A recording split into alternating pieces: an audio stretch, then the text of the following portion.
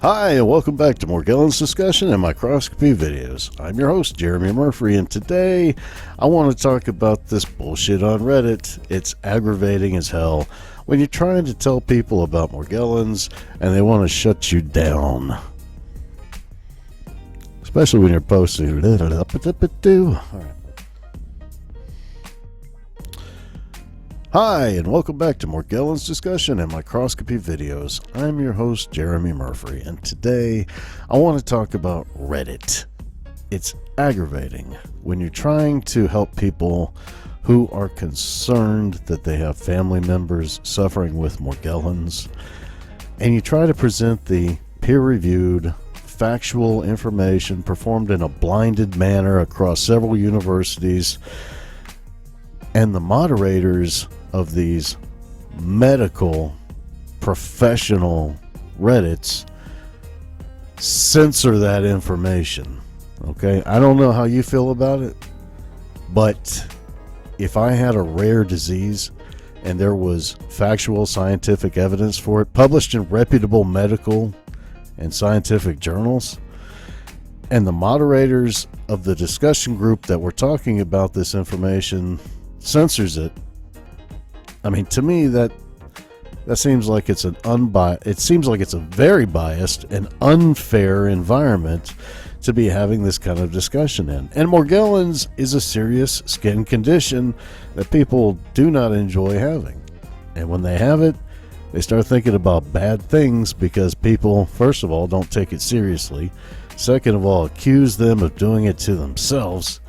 And third of all, dismiss it. It's craziness. That's the craziness.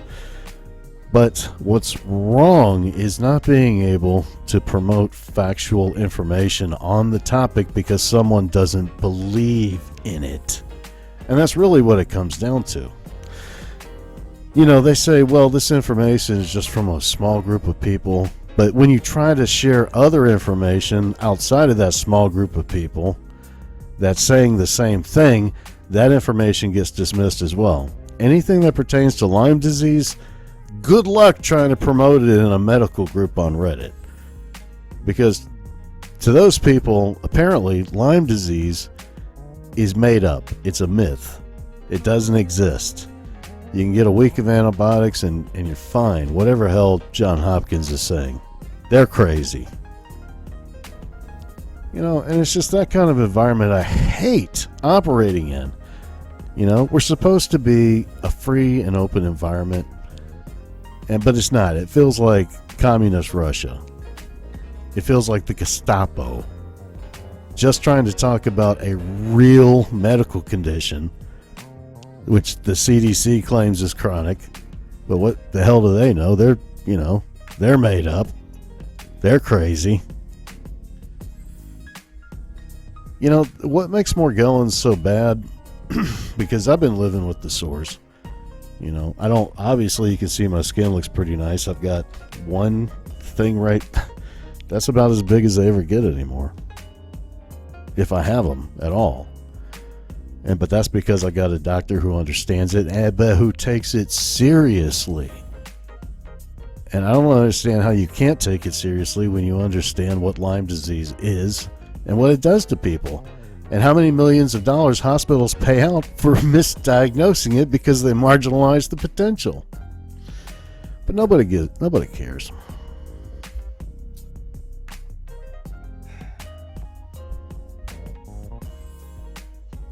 And we all know that.